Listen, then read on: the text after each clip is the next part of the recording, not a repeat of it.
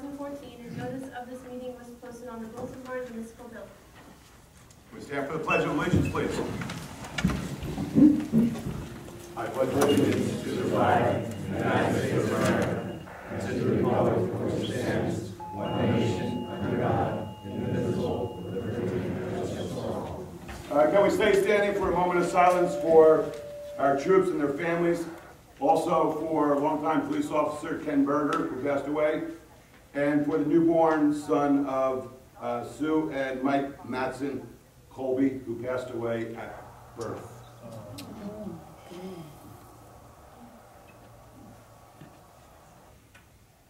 Okay, thank you.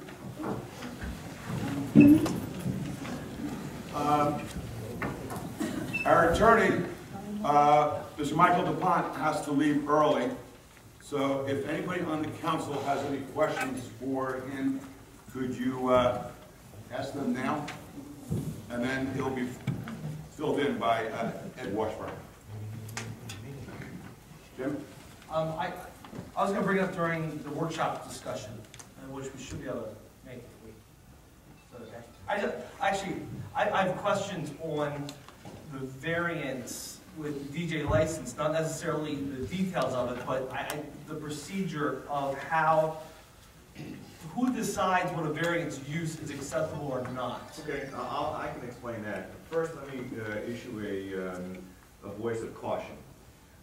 You all shouldn't discuss the merits of the case, shouldn't criticize or give an opinion, for many reasons. The first reason is that an applicant has the right to appeal to you all if the zoning board denies their application. So it can go from the zoning board to you all to the Superior Court. So what I don't want to do is, I don't want to see anyone issue any opinions as to the positive or negative criteria or attributes of this application. All right, that being said, if you do, not only do you subject yourself to personal liability, but you're also subject to the town for damages and costs. So that being said, that's really important. With respect to the use, this is a use variance, correct? Correct. And what it's my understanding, I haven't seen the application yet, but it's my understanding that they are changing it from a seasonal license to a year-round license. Correct? Yes, year-round use. Actually, the license is a separate issue. Right. But it's still a use variance. It's still 5 votes, I believe. Yes. I haven't seen the notice yet. Just 5. And that being said, they are going to have to request the zoning board for a use variance, and they will need 5 votes. They will need to prove the negative and positive criteria. So obviously, whenever you get a variance, right, you have to prove the negative side of it, but you also have to prove the positive side of it.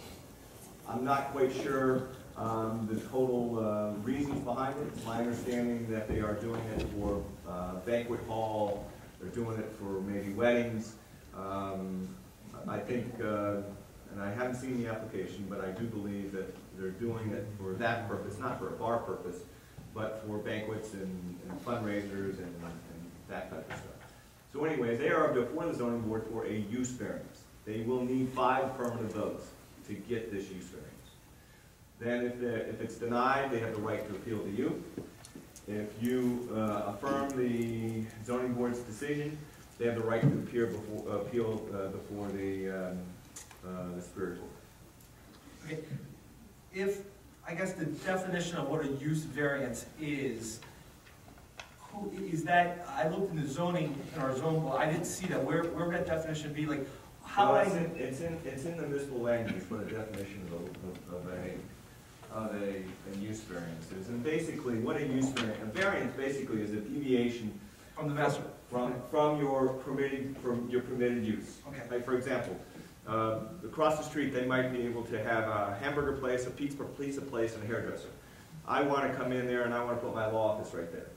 In order for me to do that, I have to prove that that is a good use, even though it's not a permitted use. And I would need 5 affirmative votes to obtain a use variance because it's not one of the 3 listed use variants or permitted uses. Okay. So that's it. But again, the most important thing is if you all have questions regarding the use variance, please feel free to call. But I just caution you, don't discuss it if anyone comes up. You know, I don't want to see you have to be recused, especially if it comes to you. Jen, you have a question? No. None? No. We're good, Mike. Hey, thanks, guys. Have a great day. Thank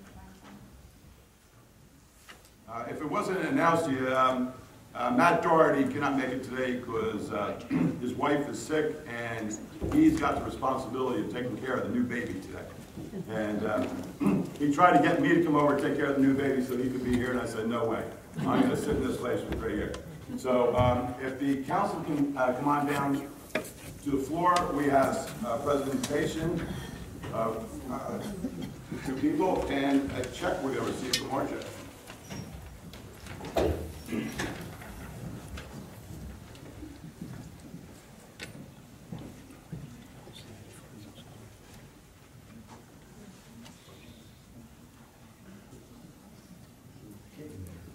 RJ, you want to come up first? RJ from Belmar Paint, across the way. RJ, you have a check here for us. You can turn around and face these people. This way, when you go into the store, you recognize you want to ask for this guy. He'll take care of you. Go ahead, RJ. Yep, this is a check on behalf of Belmar Paint and Decorating and Benjamin Moore, our paint supplier. In the amount of? $657. Oh, thank you very much. And why is Benjamin Moore giving us this check? Well, Benjamin Moore distributes through a very in-depth network of independent retailers, and they fully support the independent retailer who is mainly established in small towns across the country. And one of their marketing programs that they ran this past year was Main Streets Matter. So there's certain criteria which would build up credits that the retailer could turn around and give to their town, and we, with our efforts, were able to contribute $657. Thank you very much.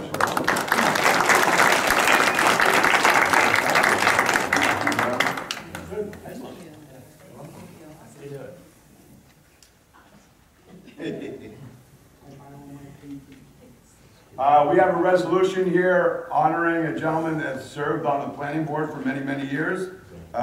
You probably all know him, but I'd like to ask Sam Kay to come forward here. Sam?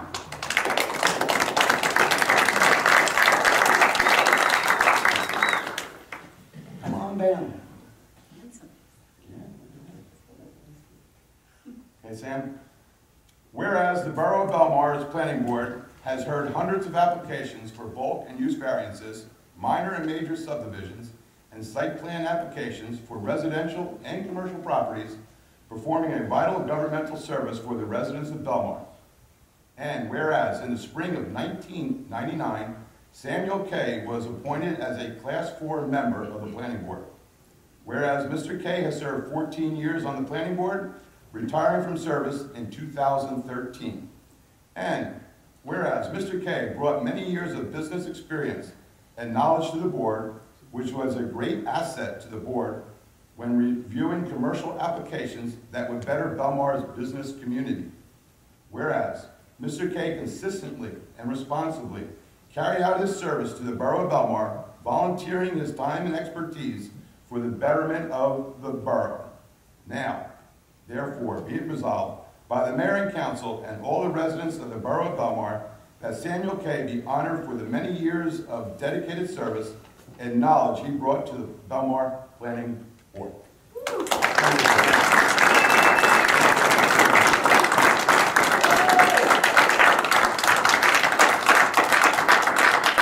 It's been an honor serving under 2 administrations, and I'm glad I was able to contribute something. Keep up the good work. We're glad to have you in Belmar.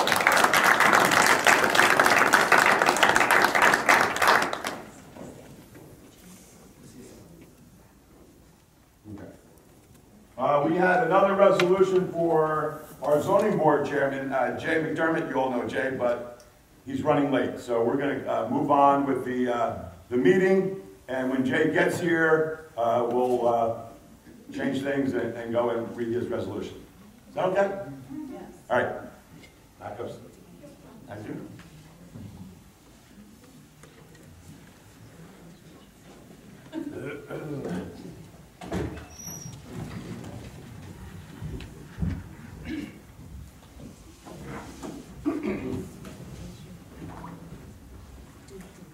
Okay, for workshop discussion today, we have some gentlemen from our Harbor Commission that wants to talk to the council concerning the Belmar Marina. Could those members from the Harbor Commission please come forward? Introduce yourselves and...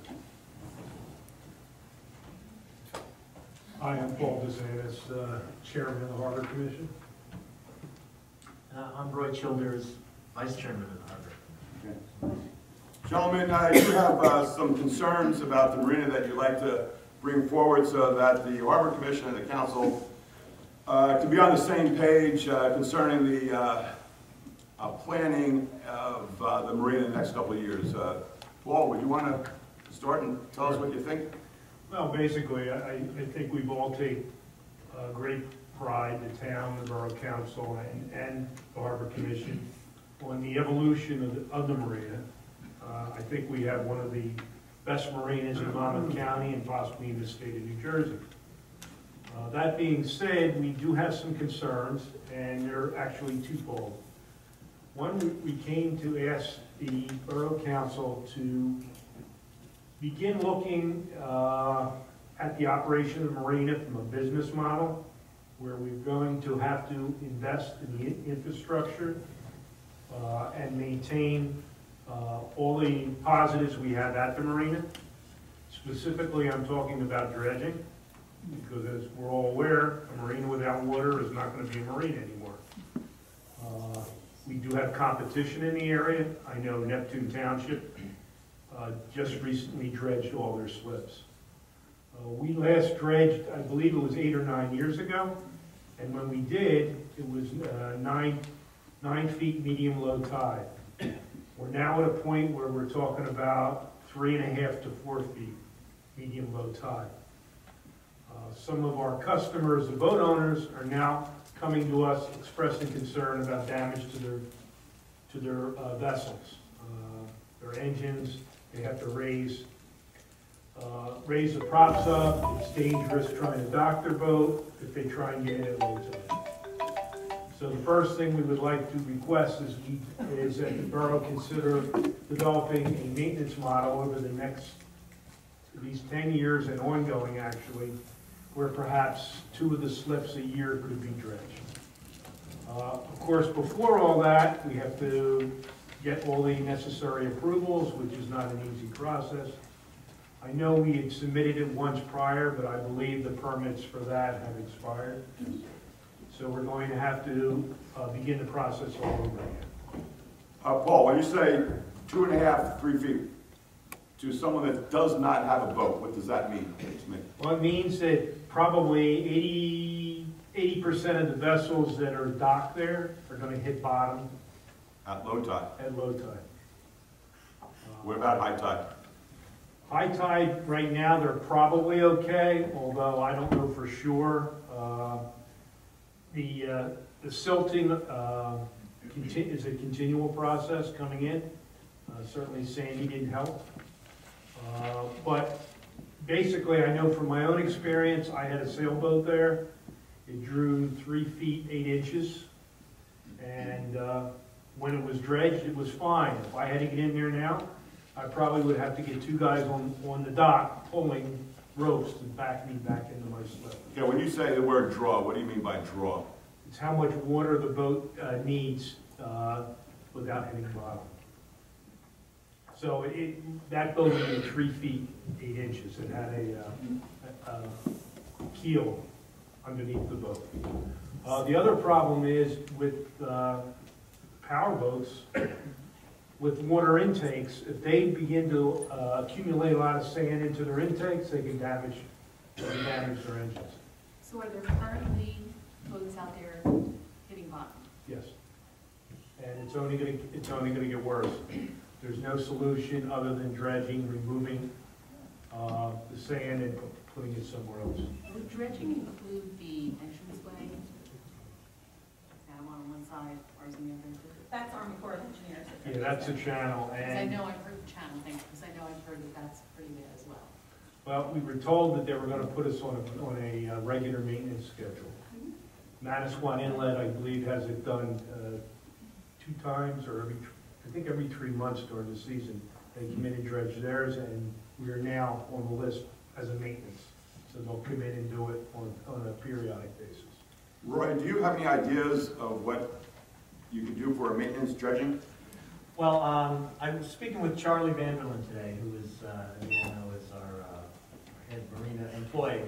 And he was actually out there at low tide in the past couple of days and said on the docks in question are C, D, and E. And he was taking measurements himself, and there was several locations on E where it was actually 2 feet. So it was even a little lower than we. Where's E-Dock? E-Dock, as you go from the fishing pier, you start to count up, alphabetically. Towards the inlet. Towards the inlet, right. So E would be the one closest to the inlet? Of those, yes, Yes. of C, D, and E, right. Feeding off of what Councilman Nicolay said, we want to implore the council to consider an ongoing maintenance program of dredging. This is not just a Sandy-related incident, although we believe Sandy made certain things worse. But it has to be addressed in a systematic way, perhaps putting money aside every year, knowing that 2 or 3 years down the road we're going to have to do this. If we do docks, it's not the docks that are dredged, obviously the places and the slips in between the docks. If we come up with a program, which is a good variation, doing a couple docks every couple of years, we shouldn't get in as bad position as we are now, and then when we do have to dredge, we won't have to dredge as much. Do you know where we could do this and put the dredge materials? Well, the dredge materials, a lot depends on the kind of dredging we do. The last time it was done, there was called a pump dredge, where they suck water and sand out and then have to dry it on land, and a lot of water comes out. That's fast and efficient, but it's very messy, and it tends to disrupt the area a lot. Charlie has recommended, and you see it if you're driving around any of these marinas or inlets since the storm, it's called excavating stick dredging, where they basically have big excavating machines, backhoes if you will, but with big cranes lopping it up. And then they can drop it in on barges, and most of the water runs out there. And then from that, if they're not close to land, they can go to shore, and then more machines pick it up, and they can drop it into dump trucks or containers, things like that. As we have found with the dredging for the inlet and everything else concerned with Shark River, the hard thing here to establish is where can you put the dredge spoils. And part of that process on where you can put it, we know we have to get started early in this process. If we wanted to dredge even next year, we would really have to get started on the permits right away, because it's an involved process with permits. You have to take samples, you have to do borings, and then you have to do testing of the sediments that come out to make sure there's no toxins in there or anything like that. Once we have all that information, we'll know what our options will be of where we can dry the dredge spoils and perhaps store them. Neptune Township had an innovative solution that they were able to work out this past year. They traded a little landfill space, so they were able to put some of the dredge spoils as capping on the county landfill. I don't know whether we have that flexibility, but I think for what we need to do, which won't be, if we do just a couple areas a year, it should be a manageable amount, where we're not asking the town or the neighbors to take care of this huge smelly pile. An interesting, just a side note, Mallorcan, down by the Mallorcan Bridge, they were dredging on the bay side. On the bay side? On the bay side, and putting the dredging on the beach. On the beach? Yes, and they had permission to do that. From the DEP? Yes. So that's just. And would the dredge, do you think, from Barnegat Bay would be similar to the kind of dredge that would be in? I would think so. If my memory's correct, they really didn't find a lot of they didn't find a lot the last time they ran tests on Shark River. But I think a lot of those questions are obviously for the DEP and the engineers and the experts to address. But I think there are some creative ways to deal with the notion of dredging that perhaps we haven't looked at before.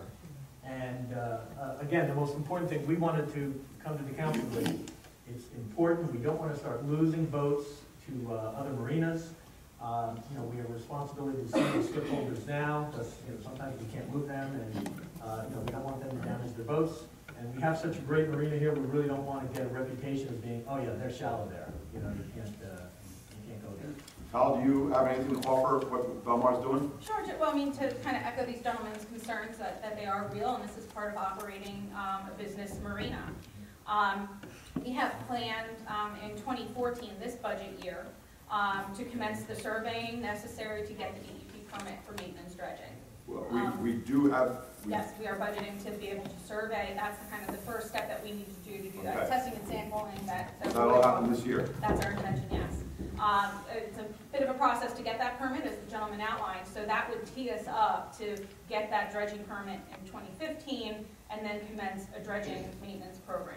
So I have actually just even yesterday spoken with Mazer, our engineer, and they are working up and looking at some of those creative solutions that Roy was talking about to identify places where the dredge materials can go and what our maintenance program is going to look like moving forward.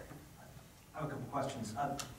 Is it better to do 2 slots a year, not just like half one year and half the next, and get it done? Well, I think to make it manageable, once we got on that schedule, if we did two docks every year, we would be fine. You Then, did say split before. yeah, okay, continuously. Yes, And also, how long ago did we do this before? When was the last time we did this? 8 or 9 years ago, Did we get permits then? yes. Do these permits expire? We have heard that they expire. Yeah. Right. Okay, I was gonna say, because, you know, if they give you the permit, it might still be good. I don't know. Expired. Okay. Grants. We work with, especially through NJDEP Coastal Engineering, and they, you know, certainly are going to help us with this process, permitting, and we'll investigate everything we possibly can for grants. There is a second. Is there any more questions on the dredging? Because we did have one other. I have just a couple of questions. Approximately how many boats are in there now? Right now, there's very few because it's winter. Well, but in the summertime. We have 57 transients and I don't know the exact numbers. I'm not You're- quite sure. you're- Well, we can get you're back to close you. to capacity, Yeah, we had very few empty slips last year. so we really can't even move boats around Right. from one place to another. So eventually, Would be- the lack of dredging will be a loss of revenue, not just preventing it, you know, we may see that. Yes. And how much do we get per boat? I think it goes by foot length. Right. So we would a 40-foot boat bring us. It's like 122 foot now. Something. Yeah. $122 a foot. $122 a foot times 40. Yes. We should dredge. You might have mentioned this, but when we dredge, could it be done in the winter so we're not displacing? Well, you have a window. You have to worry about the flounder, the spawning season, which is really right now. And so then that usually does end, you have a little window, but then, you know, that's when everyone wants to do things like that. So often there's not, it kind of spills into the beginning of the season, but, you know, I think once you have everything set, then you try and line up your contractors and do it at the maximum time. But obviously, we would like to do it not to, you know, take away from any of the operating business in the marina. Paul, you have another concern? Yes, well, it was a good caveat Right. to operating business. We're also requesting that the Borough Council take a look at the staffing at the marina. We feel that there's a large shortage in terms of having one person full-time year-round and then some part-time people in the summer. Really, Charlie does everything he possibly can, but he's only one person. And if Charlie became ill or got injured, I don't know what they would do in terms of running the marina. You know, he's very knowledgeable. And what we'd like to suggest is perhaps a second full-time person. Year-round or seasonal? Year-round. It's a very big operation. A lot of the maintenance, preventative maintenance and repairs are done on the off-months, obviously. So it's a continual operation year-round. There's not a dormant period in terms of operation of the marina. Roy has some... Yeah, I have some, doing a little research, Atlantic Highlands Marina, municipal marina. Compared in size to us? Larger. Larger. 340 slips. We're about 270 to 300, depending on, you know, how many they put out on the end of the T-docks. They also have a dry storage, so a little more of that. Ferry does come in and out, but they really don't have anything to do with that. I'm just trying to describe the marina to you. They have 6 full-time employees, 2 secretaries, a harbor master, and an assistant harbor master. We have 1 secretary and Charlie, and I think Mike could, I think we have 2 part-timers down there right now? Right now, yeah. Yeah. I mean, I think the Harbor Commission would want to say, we absolutely commend Public Works for being able to get done what they get done on such a short staff. It's amazing the way that they're moving people around and addressing it, but they can only do so much with so few bodies. I mean, this is $1 million business, and it's being staffed by 2 people, and I think it is such an asset. We just want to preserve the asset and go forth with the services. Keep it that great reputation that it has. And having another staff, in the long run, I think it may save us money because we can do more preventative maintenance rather than just, oh my God, that's broke, now we got to go fix that. Really stay on top of things a little more. The hurricane, I mean, Sandy obviously was hopefully it won't be a common occurrence, but it's even more critical now because we're still recovering from those repairs. We still haven't gotten everything in place. So you feel a full-time employee would more than pay for himself? I think so, yes. Colleen, you want to address that? It's a matter that we've been looking at internally now for a while, certainly since the storm, something that Mike Campbell, Director of DPW, and I have been talking about. And certainly if the budget can afford it, it just seems that it's sustainable. It's not certainly something Mike and I would be interested in. Is there anywhere an apprenticeship program for harbor masters or marina people? I know there's maritime schools, but I don't think it's directly related to, I know we used to have a harbor master here, and basically it's somebody with a lot of years of experience being around the water, being around boats, having some mechanical ability. Roy, Paul, thank you very much. Thank you. Thank you very much for your time. Great. Next on workshop, we have the DPW talking about the water infrastructure project. Give us an update and house numbers, right? Yes, so I actually wanted to speak a little bit about the water infrastructure projects that we have going on around the borough. Mayor and council, as you all well remember, approved a substantial water infrastructure bond last year. And now that work has commenced, I thought it'd be a good time to come back and give you an update as to how we're doing with that. We commenced work in the Rhode Island Point area in December, and we knew we'd be up for a little bit of a challenge working in the winter. Freezing temperatures have posed some issues for us. It has been cold. Oh, it has been cold. But the project is commencing well. We're approximately 1/3 done in the point. We've done a mixture of actual main replacement and cleaning and lining. So I would like to show, if you remember, the bulk of the project consisted of cleaning these old cast iron lines and then lining them with cement. And a big question and concern, even that I had at the time, was that the water, the murkiness of the water was so bad, we were wondering what quality of the pipes really existed. So as we started cleaning, would these pipes crumble? Would we be looking at a more expensive replacement? And the good news, I'll tell you, is that when we get in there and we start looking at the pipe itself certainly has a great deal of percolation inside, and that's what's causing that brown water that residents are experiencing. But the pipe itself is in excellent condition. So once we're able to clean that pipe, get the cement lining in there, we essentially have a brand new pipe to deliver water to for our residents. The one that I handed you is the good one. This is good. That's good. And that's not so good. This is not so good. So this is what people were experiencing as chunks of this percolation would break off and teach their water brown. Would you be able to check the entire length of the pipe to make sure it's all? And I encourage, especially any members of council, really anyone who'd like to take a So look the at this machine goes operation. in, burrows, takes this out. Scrapes all of that out, flushes it with water, and then when all of that is running clean and clear, then the cement goes through and does the lining. I encourage, especially members of council, but really anyone who'd like to take a look at this operation as it's proceeding, to get in touch with Mike Campbell and go out there to the site, because it really is impressive. It is absolutely, sorry for the layman's terms, absolutely disgusting when you see what comes out of that pipe.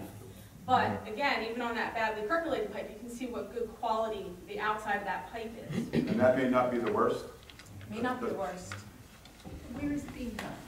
Right now, we're in the Rhode Island Point area. Right. So we've embarked into, we're past Maplewood, right, I Mike? apologize. Sorry, in the point. Are we past Maplewood yet?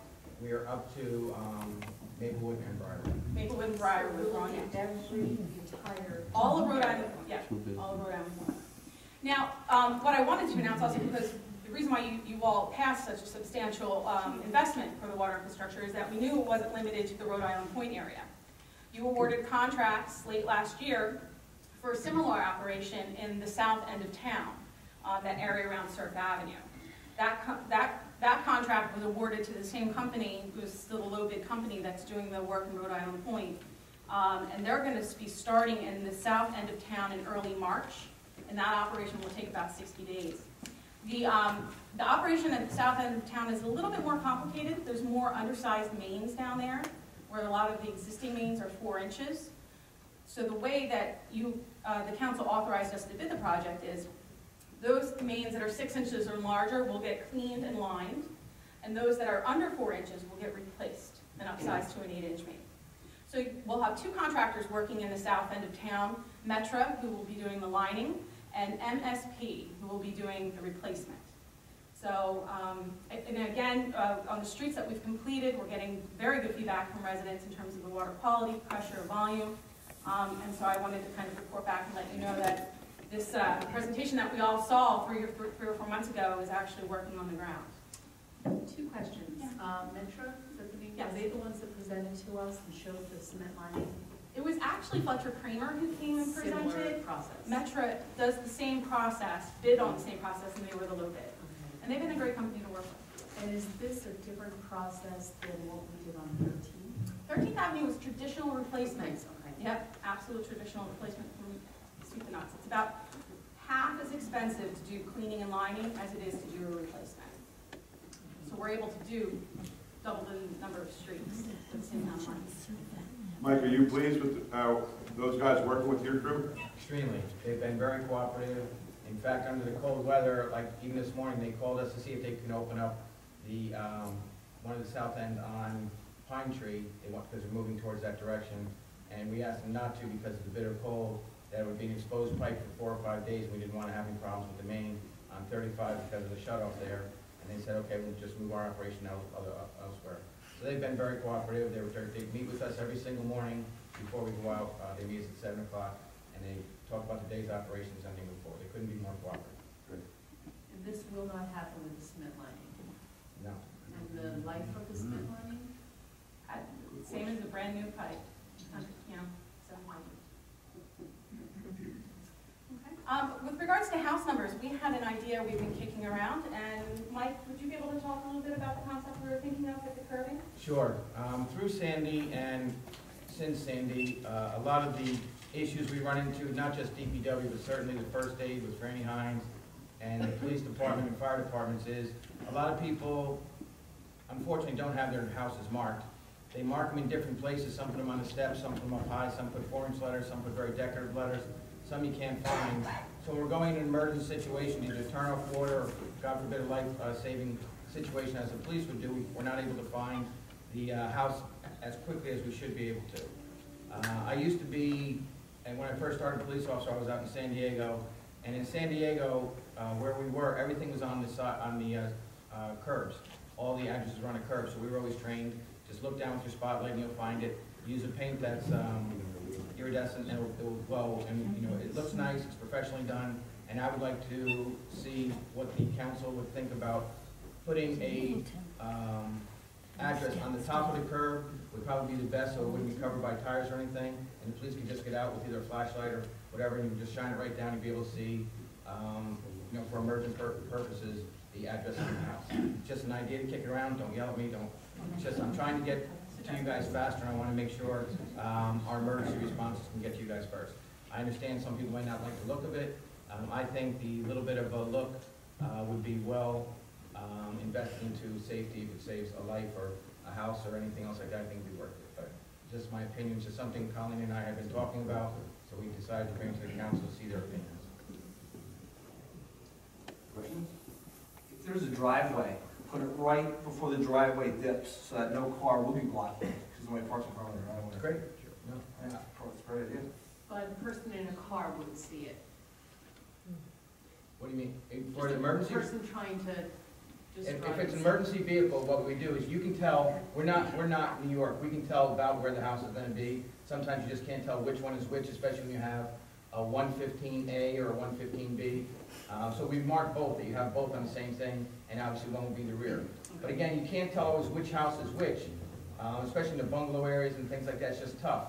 So they will find it out, and they always have, and God bless them for what they do, but it's just, sometimes you have to get there quicker. So if the police officer would get out and just shine his flashlight, the emergency response person, the first aid, you shine your flashlight out down at night, and you'll be able to see, that's 112, that's 114, boom, and go. Because you're out of your car anyway, but if you don't want it, you can't help them in your car, so you're gonna be getting out in that general area, then you can locate it quickly and move forward. And again, it's just an idea. DPW will be able to do it, it's not gonna be a outside company, we can handle it, we've got stencils, we can go ahead and just mark the curves. It's a project we're willing to take to try and save, some time for emergency. We do have some curbs in town that leave a little bit to be desired, I think. Are you talking about maybe needing new curbs in some areas? I would love to get new curbs in all the areas, but if there was something there to prevent us from doing it, we could fix it. We do have a mason on staff, and I fix what I can. That doesn't mean I can fix the whole town, because Colleen is very cognizant of our budget, and she'll keep me in line, so. She's gonna curb you on the expenses. Okay. There's nothing else. I see Jay has come into the room. So if you could all come down to the floor again. Yes. Please touch that plate first. Sorry, shake your hand.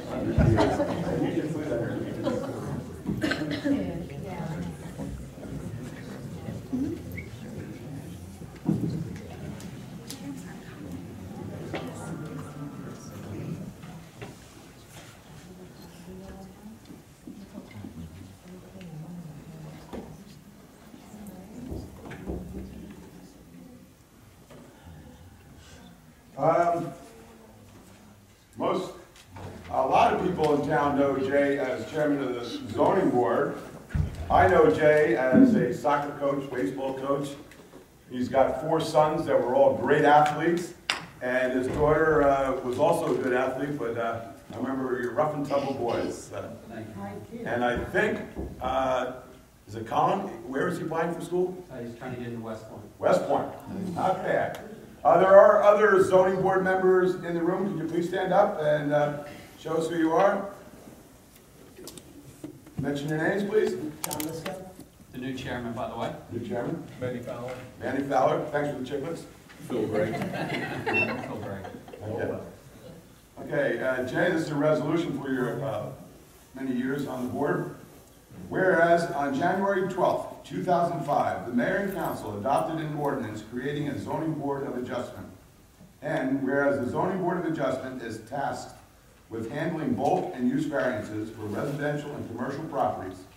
And whereas on January 1st, 2006, Jay McDermott, who served 2 terms on the Belmar Planning Board and was appointed to the Zoning Board of Adjustment as a regular member.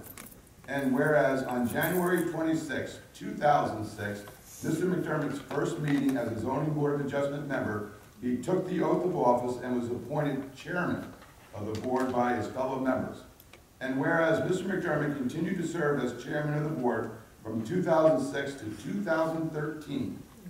And whereas Mr. McDermott brought many years of construction experience and knowledge to the board, which was a great asset to the rest of the board members and the borough of Belmar as a whole, volunteering his time and expertise for the betterment of the borough, now therefore be resolved by the mayor and council and all the residents of the borough of Belmar that Jay McDermott be honored for the many years of dedicated service and knowledge he brought to the Belmar Zoning Board of Adjustment.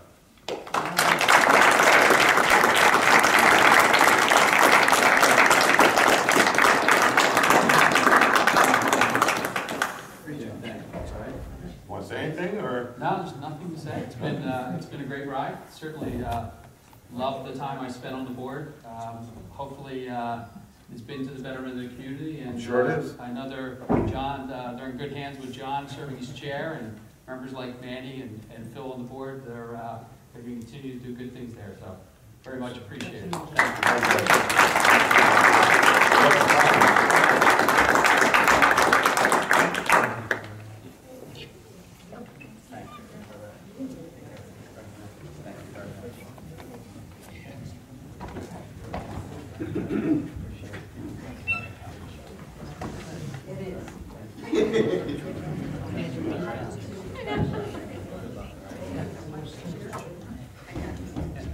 Take the chair.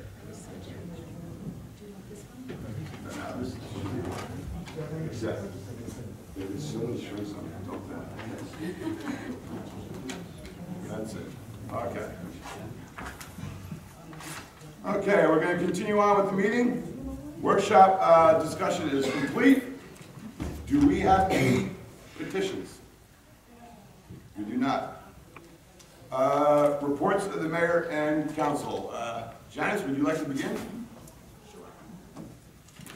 I attended the senior luncheon. It was a wonderful presentation by Chill Bubble Tea, and Stay Gold prepared the meal, and it was very, very good.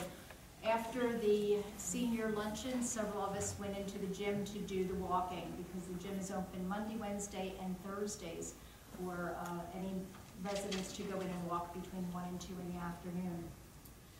I then attended the next day toddler time in the gym. There were approximately 35 little children there with their mothers that day, a couple of fathers also. And it was a great time. Ray Claudio is excellent at putting together all kinds of things for the kids, and they really had a good time. With Mr. McGovern and Mr. Bean, I also attended the retirement dinner for Pete Sykes. He was retiring as our fire chief, and it was wonderful to meet our incoming fire chief. Our fire department does an excellent job. They did report that last year, fortunately, they only had one fire that they had to run out to. The Belmar Arts Council had a fundraiser last Sunday and raised over $2,000. They're planning to put air conditioning into the boatworks, and a good time was had by all. Lots of fantastic Bloody Marys. The ADA committee met. The Circle of Friends will be having a rock and bowl down at Cigarette Lanes on February the 1st. For the children, it will be $10. They get 2 games of bowling, they get shoes, 2 pieces of pizza and soda, and then the DJ will be playing for them. So it's an all-day, almost an all-day event for $10 for the children with from the Circle of Friends. Mayor's Wellness Campaign, Ray Claudio and I met with Horizon to discuss the Boardwalk Challenge. Asbury Park is after us this year. They want the trophy back, and we would like to keep it here in Belmar. We will be starting again on Memorial Day and then meeting every Monday with the person from Horizon so they can check our walking and our steps. And Sunday, the 26th, was a great St. Patrick's Day Parade fundraiser at Bar A. The bagpipers were very, very good, and lots of Belmar residents were there. I did contact the health department from the county. They give out free rabies shots for dogs, for county members. So on February the 1st, the free rabies clinic is in Howe. On March the 18th in Atlantic Highlands, and on the 10th of June in Englishtown. I'll continue, those were the only 3 she has set up right now. I'll continue to check with them. If you do have a dog, for him or her to get their new dog license, they do have to have current rabies shots.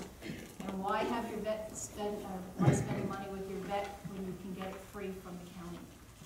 And that's everything I have. Thank you, Janice. Jim? Thank you. I over-requested the the gift card information with the whole big thing, and I just want to close this whole episode here. I got a couple quick questions I want to go over and hopefully put this thing to rest. On 11/21/2012, we paid $18,000 for $20,000 worth of ShopRite gift cards. And I have a couple questions. Kelly, can I ask you a couple questions real quick on the record? Is that okay?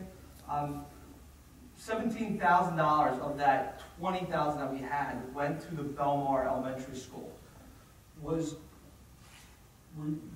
was the person that actually delivered them from this borough to that school? I brought them over to the school, and they were handed over to the school nurse, and she dispersed them out of her office. Okay, so you physically did it, you yourself did it? Yep. Okay, basically $17,000, I over-requested the amount. $17,000 came out of this building. And then I over-requested the school, and they're only acknowledging that $7,950 came in. So we have $9,050 that's unaccounted for. I will check with the school, but it definitely. I had them both double check, and I got the emails here, and I have the principal and David Hallman, the superintendent, that this is both their number, that, 17,000 left and about 10,000 showed up. Okay, well, we can talk to the school and. Check into that and get back to you. I don't think that's good enough. I think, as Councilman Isla, I have offered numerous times, you're very welcome to come in and ask questions of my staff, of me. We'd be happy to walk through the program. I've offered that a number of times. I encourage you to take me up on that offer so that we can sit down and talk about any questions you may have. Well, if both of these over requests are correct, 17,000 left, 8,000 showed up. Chief, what do you think? I got over requests. I mean, this is on the record. Yeah, it can be paperwork error. I would want to get the parts together. Can you do that for me? Huh? Can you do that? If I give you here, actually, I got copies for all the breakdowns. Councilman Dean, Yes. as I have offered numerous times, if you'd like to submit any questions or concerns you have about the grant program to me, the gift card program to me, Kelly and I would be happy to sit down with you and answer any questions that you have. Okay, I have a question. 17,000 left in the borough and 8,000 showed up. Considering this is the first time I'm hearing your question, I can look into But it and we will get an answer. I had April go back and check it twice, and also I had the school go back and double, triple check what they received. Jim, I'll look into it myself and speak with the school and tell them to resolve. I appreciate that, Chief. This is your copy right here. You'll take this for me. Number 2 question, let's see.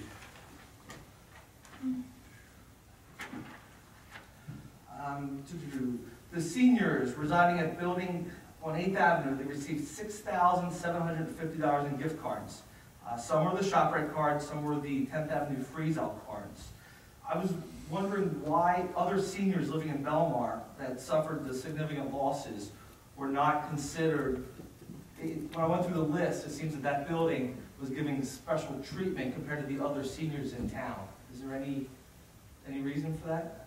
It's a senior building with a concentration of older residents that we knew we could get you to quickly.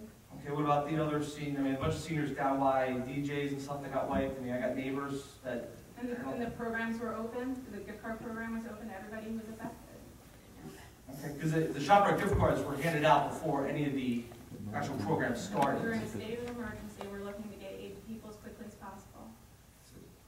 Okay, and the last question, which I could probably answer myself, that some families received more than 1,000. Was that just for, they needed it more? I mean, and that was all for your recommendation, that's all I'm asking? Yep. Okay, that's what I have here. I got copies of everything, anybody wants a copy? Because this was giving out in the town's name. This was donated in Belmar's name, so I just want to make sure all the money that was given to the town made it to the people that are supposed to get it. And I can assure you every penny paperwork says otherwise, but It does not. it does. I don't want to argue, I mean, I'm just, one side says one, the other side says the other. Councilman, if you have concerns, you can certainly do that. So I have, thank you. Jen? Belmar Business Partnership, the Branding and Marketing Committee sponsored a tour of the inns to kick off the holiday season, and it was a tremendous success, and was able to give residents and also visitors an idea of the different B&Bs in town. So again, it was a big success. The Visual Improvement Committee orchestrated the purchase and placement of Christmas trees for all the businesses. I hope everyone was able to see them because they looked absolutely lovely. The committee also coordinated town decorations and flutter flags. Everyone says 5 times fast. And bows on the lampposts gave the town a very festive look. The BBP budget was submitted to council, and the stakeholders meeting is scheduled for Wednesday, February 5th at 7 p.m. That will be held at the Arts Council? Yes. Right, to be held at the Arts Council. Belmar Recreation, there is now going to be a women's volleyball night. I will be there with my knee pads on.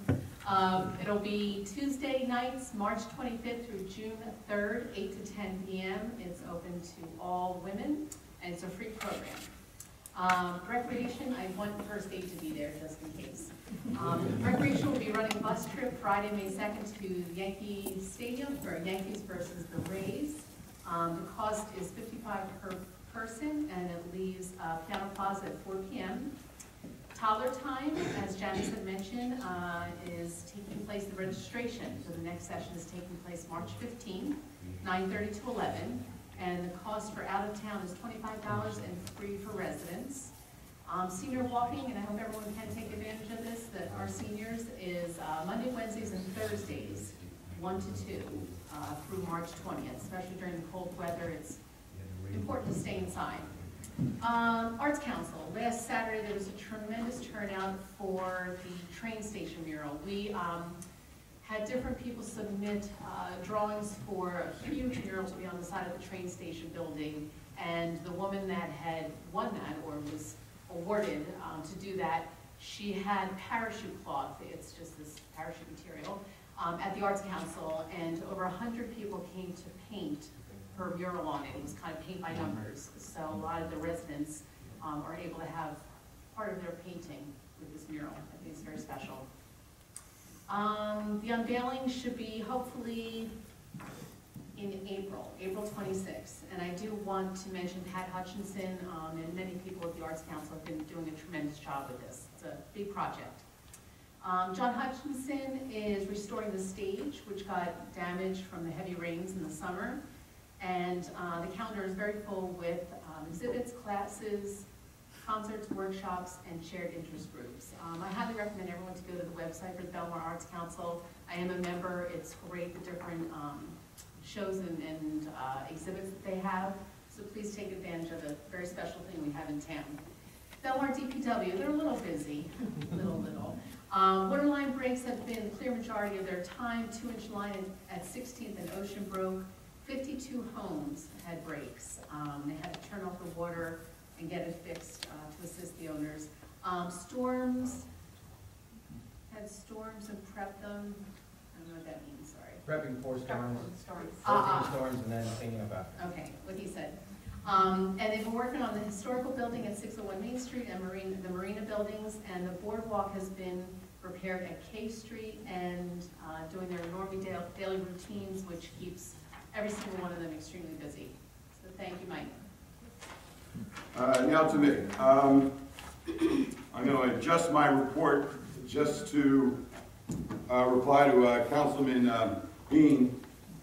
Jim, I totally agree that you have the right as a councilman to make a report, and therefore I did not interrupt.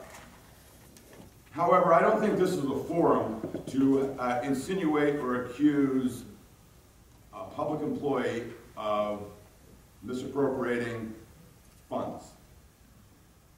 I personally would not have done it that way. I would have gone to Colleen and the chief, called in Kelly, and I know Kelly is as honest as the day is long. there is an answer to this so-called discrepancy. But I don't hang out my dirty laundry in this public forum. We give nice reports here, which I know a lot of it is fluff, but I think the audience likes to hear the good stuff about the town. So, you had the right to say it. I didn't agree with it being done here. I think, and I totally believe Colleen, Tom will get to the bottom of it. Again, I did go to the fire chief's dinner where Doug Brand was pinned as the incoming fire chief. He has a family history of being on the fire department. His dad was a fire chief in Belmar many years ago. It was a great time. It's a great tradition. The families in the fire department are just like the backbone of the Belmar community. They're the who's who of Belmar history. It was great to be there. Janice and Jim, we recognized those firemen, and they did a great job. This past Saturday, I want to recognize that our fire department, our first aid department, and the water rescue team, they had a frozen lake rescue drill in the cold and the snow on Saturday. You wouldn't believe how many volunteer residents of Belmar were there. I'm sure the person climbing into the hole in the ice drew the short straw, but they were there for a good 2 hours. And it's much better to plan for an emergency instead of just trying to get there and scrambling around. So I compliment the fire department, first aid department, and the water rescue team for their drill on last Saturday. I was at the Environmental Commission last month, and something is coming up. We noticed with all the rain we've had this winter and then the freeze, a lot of sump pumps are being discharged out into the yard. And it's going down driveways, it's going across sidewalks and into the street, and it's freezing. It's getting to be a safety hazard for some of the residents in town. Steve Wolfer, the director of the Environmental Commission, is going to write an article in the upcoming Echo Watch to kind of recommend, and we're just going to encourage residents to contact your plumber or something like that and redirect your discharge into your property, into a dry well, surround it with a rain garden or something, or ask your plumber to adjust the flow valve on your sump pump so that you're not pumping needless water out into the sidewalk on these cold days where it freezes, and then you can throw salt on it, but then it's going to freeze again. So if you do have that situation with your neighbor, maybe just talk to them. There are things that can be done. You can contact the Environmental Commission. You can probably contact DPW, and they can recommend what you can do. You can buy a dry well kit from Home Depot.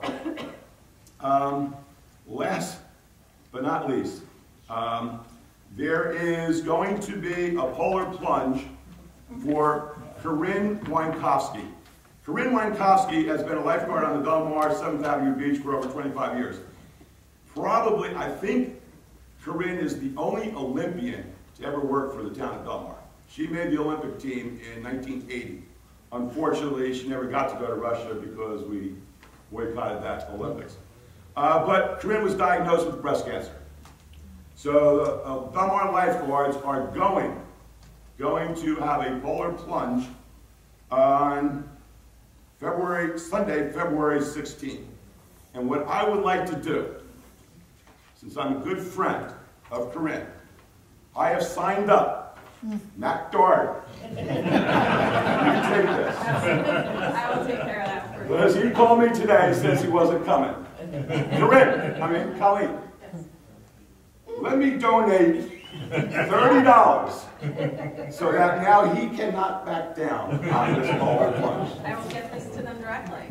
Thank you very much. My pleasure. I must say that 2 years ago, I got a call from Matt asking me if I could swim a quarter mile, and I said, yeah, sure, no problem. And he entered me into the triathlon part of the ocean swim, where I had to go against Dave Holman, who's like 20 years younger than me.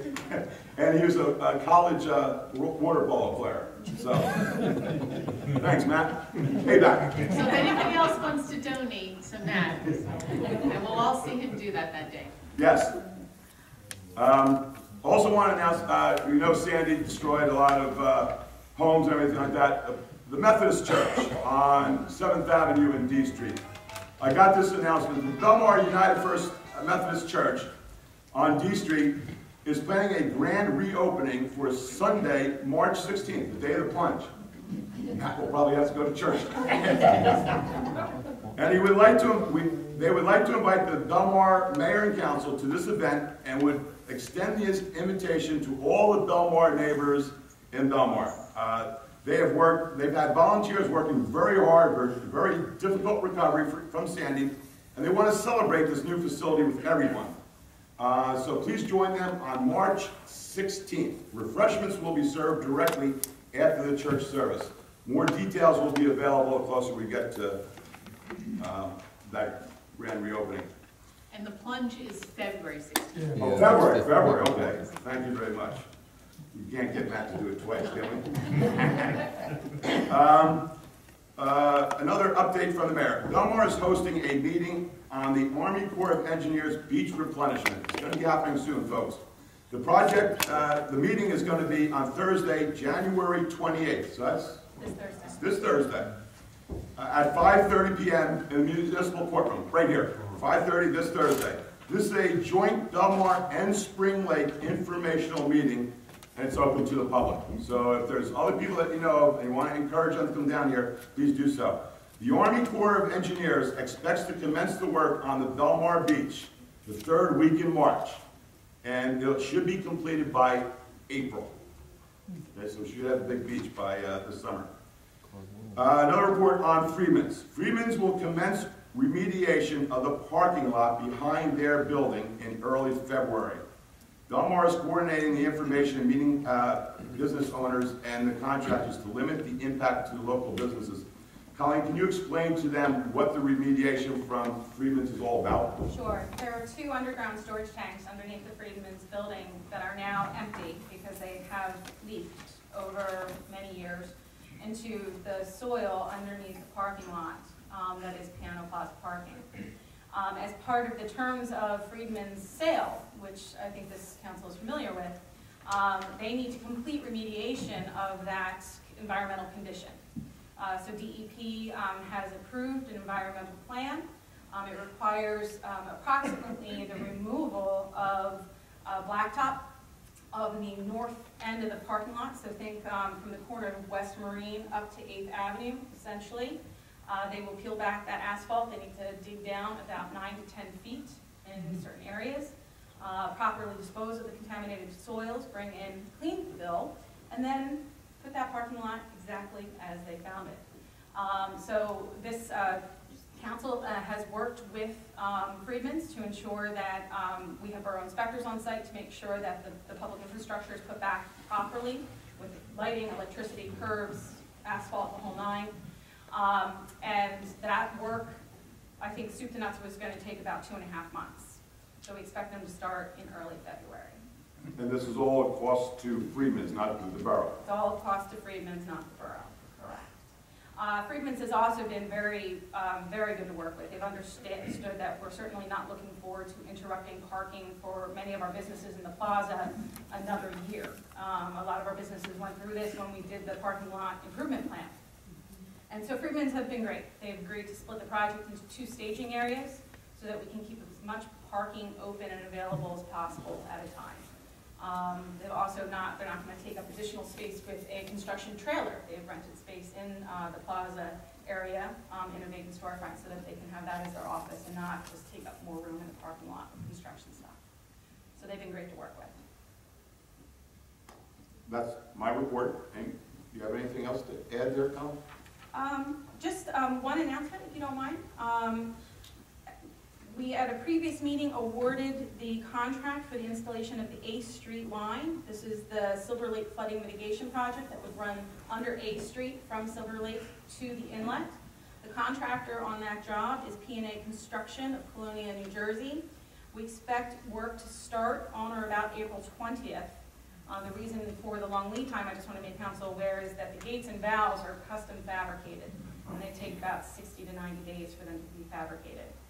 They have front burnered that. We're trying to get that done as soon as possible, but we will be having a community meeting for all the areas impacted by this construction in mid-February, and the date just left my head, but it's on the borough website. So we should have a lot of people at that meeting, because it's going to affect a lot of... It will affect a lot of people. And yes. when do they plan on starting this again? I'm sorry. Mid-April. Mid-April, and it would take how long? It's about a 60-day construction time. Yes, we are talking mid-June. Any possibility we should wait after the summer season? You want to roll the dice? I think that the engineers and Public Works and I all have the same gut feeling, is that we really need to have this project done before storm season next year. Just in the 140 years of Belmar, we've only had one Sandy. I hear you. We're going to do everything we can to stage this work so it happens as quickly as possible, and with this little interruption. It looks like we will need about a block and a half closed at any given time. So we will work with the police department. We've already had a pre-meeting with the police department to talk about streets and how to direct traffic, make sure that residents are over-informed about how this will be affecting them. Tom, you think that'll work out? It'll work. It'll work? It's only a block at a time. And the block, would it be the Ada Ocean block? Yes, no, sorry, the block affected is A Street as it goes from Inlet up to Fifth. And we took a drive of it the other day, and while there certainly are, there's the vast majority of the properties along that A Street, as you're familiar, are apartment complexes. Right. What's nice is all of them have side street access to their back parking lots. And so there are alternate ways for them to get in and out of those parking areas, which are great. There are about 6 or 7 residential single-family homes where that would be affected. But again, if we're going a block at a time, I think certainly not ideal, but we're not talking about people parking blocks and blocks away. No problem with their garbage removal or? We'll make all accommodations to take care of that. And about how long would it be? It's about a 60-day project schedule. No, but about how long would each block be closed? It'll move very quickly at that point. I don't want to commit to, 1 week, 2 weeks, something like that, but the work will move very quickly because the way the pipe installation works, they do the road repair and then they move on. Thank you. Okay. Approval of minutes. Janice? I move that the minutes of the regular meeting held December the 30th, 2013, and January the 4th, 2014, be approved as recorded, and that a copy thereof be posted on the borough's website. Second? Councilman Keel Beckford? Yes. Councilman Dean? Yes. Councilwoman Nicholas? Yes. Councilman Governor? Yes. Okay, now we're going to have the public session on resolutions, but it's only on the agenda. We'll continue to have a public session at the end of this meeting.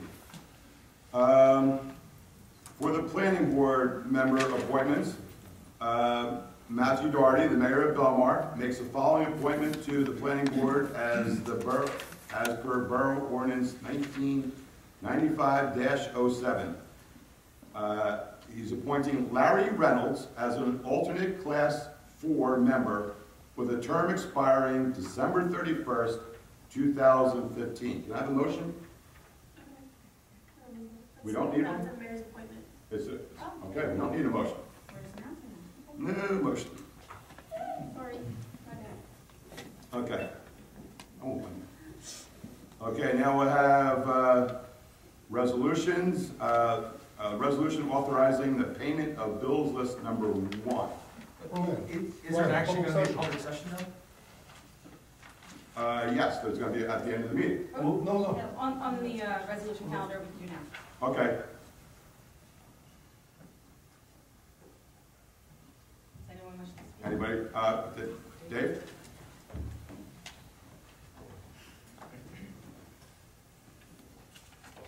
David Schneck, with PC Street.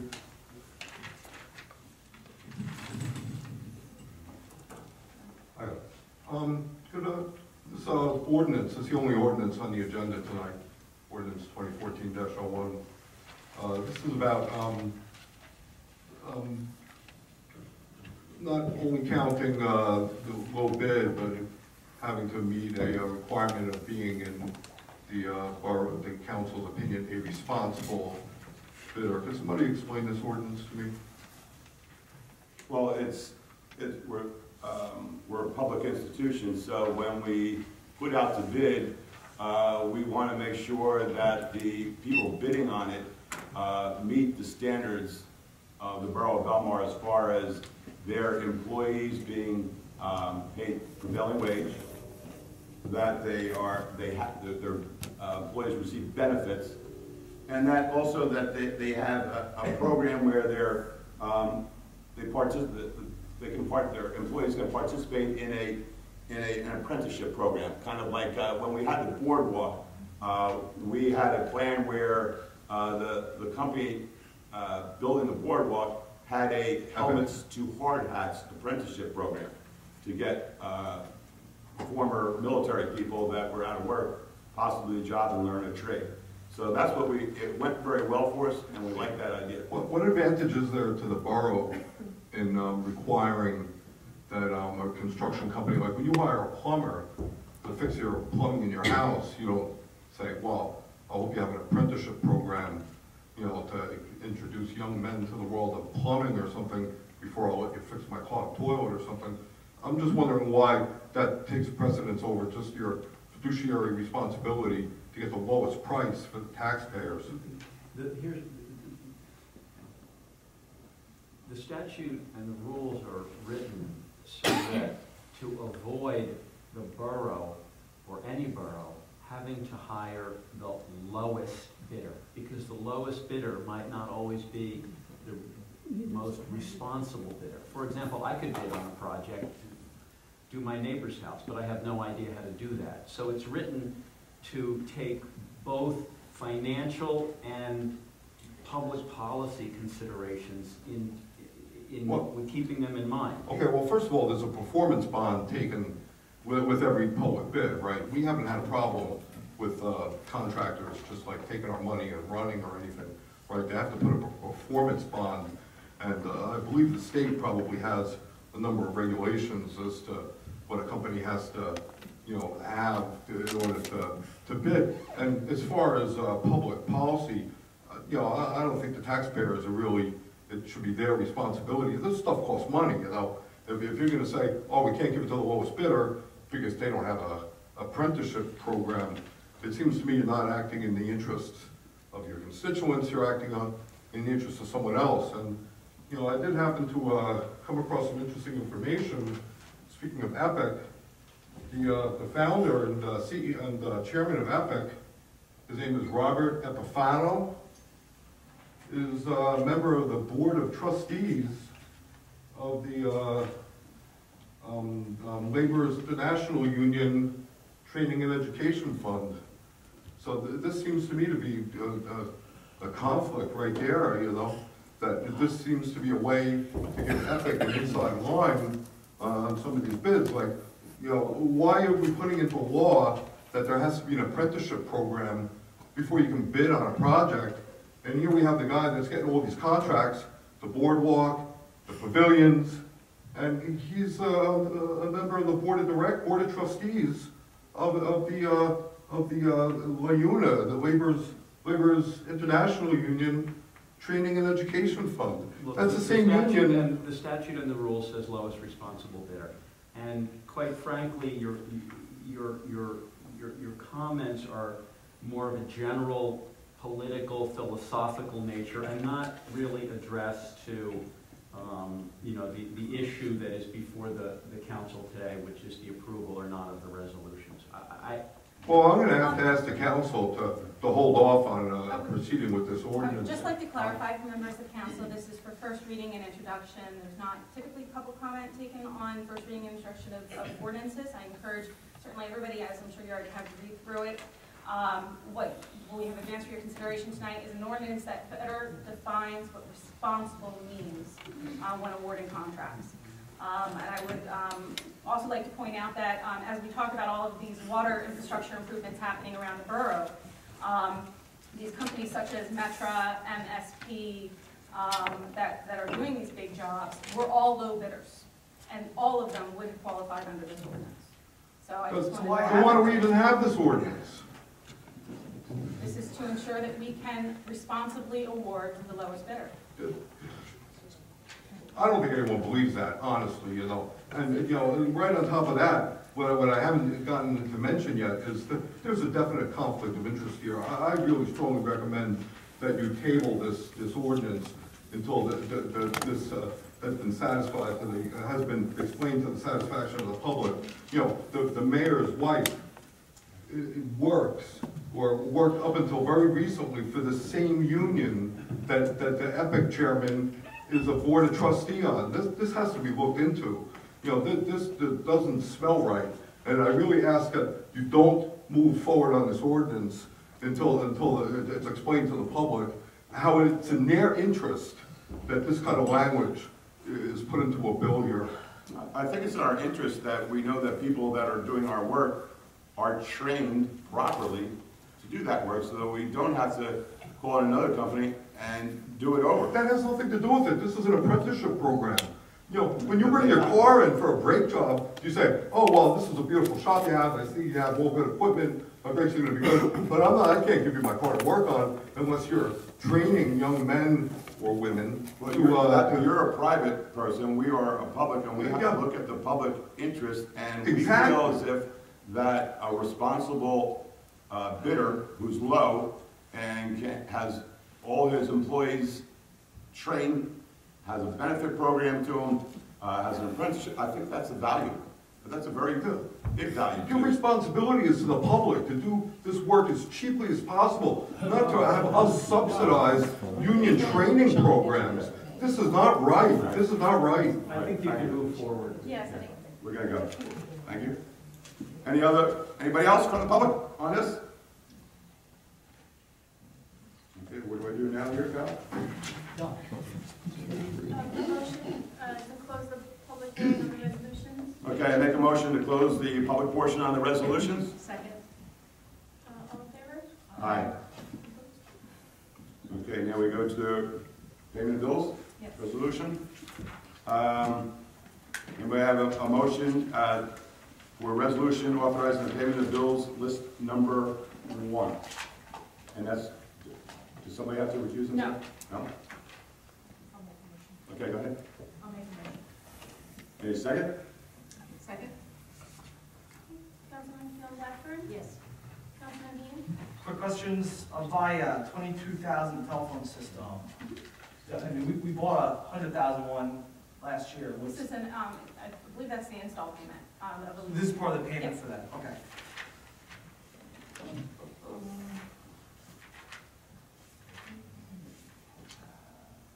Heat counseling, EAP services, just what is that real quick?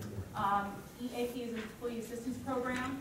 It's a program that we run for employees who may be in crisis and need counseling. It's That- commonly offered by every public employer I've worked for. But it's not, our health insurance can pick it up, like the town picks it up? Yes, it's about to be offered. The mass communications, it has 1,700. It has street lighting for description. That threw me off. I'm sure that's an I'll take a look at it. The, one more, I think. Your target marketing, another $4,000 for our website. Or we put out bids on that too. We're out to RFP now. Okay, because I didn't see any update from last month to this month. We have not opened proposals yet. And for $4,000, I wonder, what's being updated. And that's all I have. I vote yes. Councilwoman Nicolay? Yes. Councilman Gomes? Yes. And now can I have a motion to accept the resolution authorizing the payment of bills list number 2? Second? Councilman Blackburn? Yes. Councilwoman Nicolay? Yes. Councilman Gomes? Yes.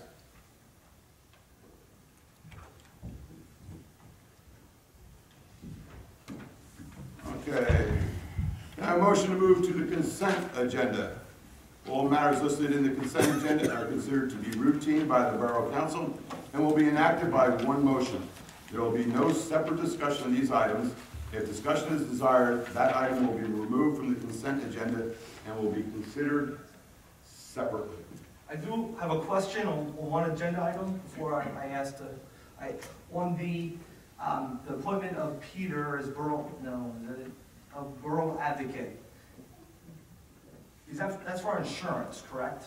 No, that's with regards to our animal house hearings. Mr. Pyro acts as our advocate in those hearings. I'm sorry, risk management consultant, resolution establishing a risk management consultant. We need to have one for insurance purposes, and that is NJPIA.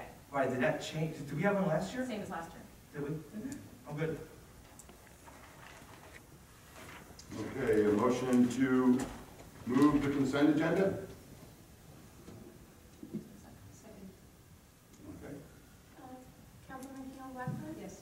Councilman Dean? Yes. Councilman Nicholas? Yes. Councilman McGovern? Yes. And now for ordinances, the first reading and introduction for ordinance 2014-1. An ordinance amending and supplementing Chapter 4 and Department of Finance of the General Ordinances of the Borough of Belmar pertaining to Section 13, receipt of bids. We have a second? Second? Councilman Keon Blackford? Yes. Councilman Dean? Can somebody give me one example where we hired a company and they did not perform up to par and we had to bring in a second company? Yes. Go ahead. About 3 years ago, we had work done on Highway 35 and went to the lowest bidder. And we had such problems with him doing the work properly. I don't remember his name. I don't think I should really mention his name. No, it's not necessary. Well, no, I'd like to know. And it caused us problems, and we had to have someone come back in and fix the problem. And the full contract to him was not made because we held back the money. And yes, that did happen because the lowest bidder was not capable of doing the work to our standards. And you're saying if he would have had an apprentice program, he probably would have got this job done correctly? You know, what it is no, I'm not saying that. I'm saying that I think you have a better business if the business is taking care of their employees, have benefits for their employees, are training their employees, paying them prevailing wage. Remember, we're not saying they have to be union workers, but I say it represents the quality of the company that is, on a whole, able to do the business in a public. Okay. I don't think our job up here is to find better businesses that can do work for us. I think our job up here is to get the best bang for the buck and to make sure the job's done correctly. And I don't know how forcing people to have an apprenticeship is going to fix that. The coincidences of the two companies that the mayor's wife works for is the one that we sign up for to fix after Sandy, Ashburn, and now the same company that did our boardwalk, who won the bid for the buildings the first time with the 2 stories, has an apprenticeship that the owner is on the union, of the same union that the mayor's wife does consulting work for. The only thing I can say to that is, I think you're giving the mayor's wife too much credit for being a power broker. I think she was on the Who's Who in 2013, power broker. She is not she's just I bet you Mr. Ashbridge and these other people don't know Maggie Moran. She has a small office in South Belmar, New Jersey. And she's not affecting an international company getting contracts to come to us in Belmar. She's not that powerful.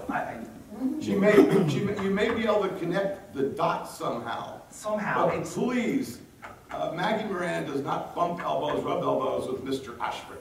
There's no reason for this. It's put in here for, I believe, political union thank yous, and it's unneeded, unnecessary. I vote no.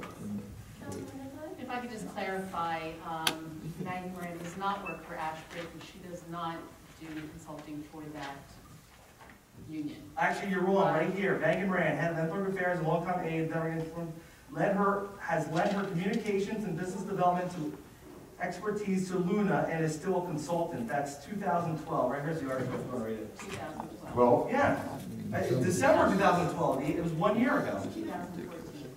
I vote yes. Yes. Okay, now we're going to open the public session, and the whole truth, you You're gonna be limited to the five minutes? Okay. Sorry, folks. Okay, anybody want to come up and speak? Sir.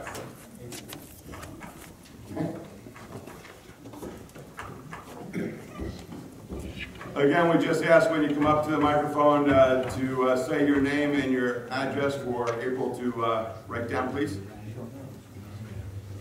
Rich Seidel, 2010 Surf Avenue. I just, in the Coast Star on Thursday, they were talking about the, replenishment program in Lake Como. And they had a mayor's meeting in September. And they stated there in the article that, I was under the impression that we had put in some aid regarding Lake Como to FEMA. And the number that was thrown out was $1,425,000 was requested.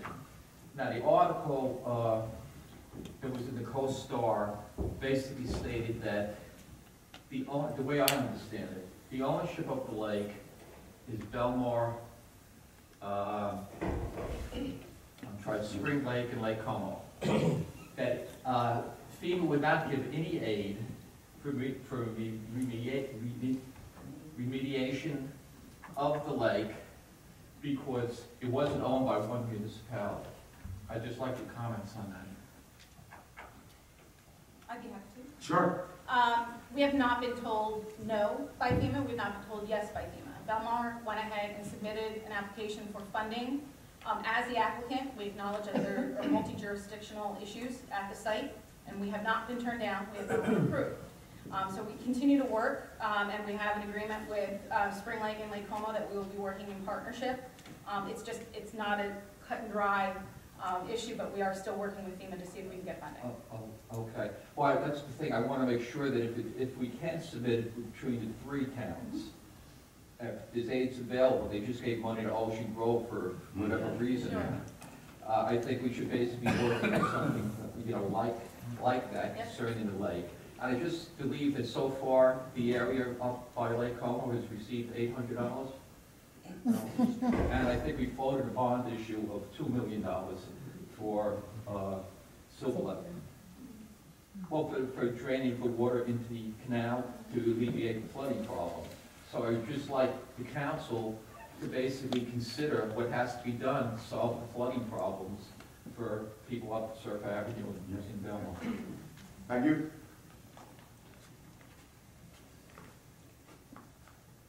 My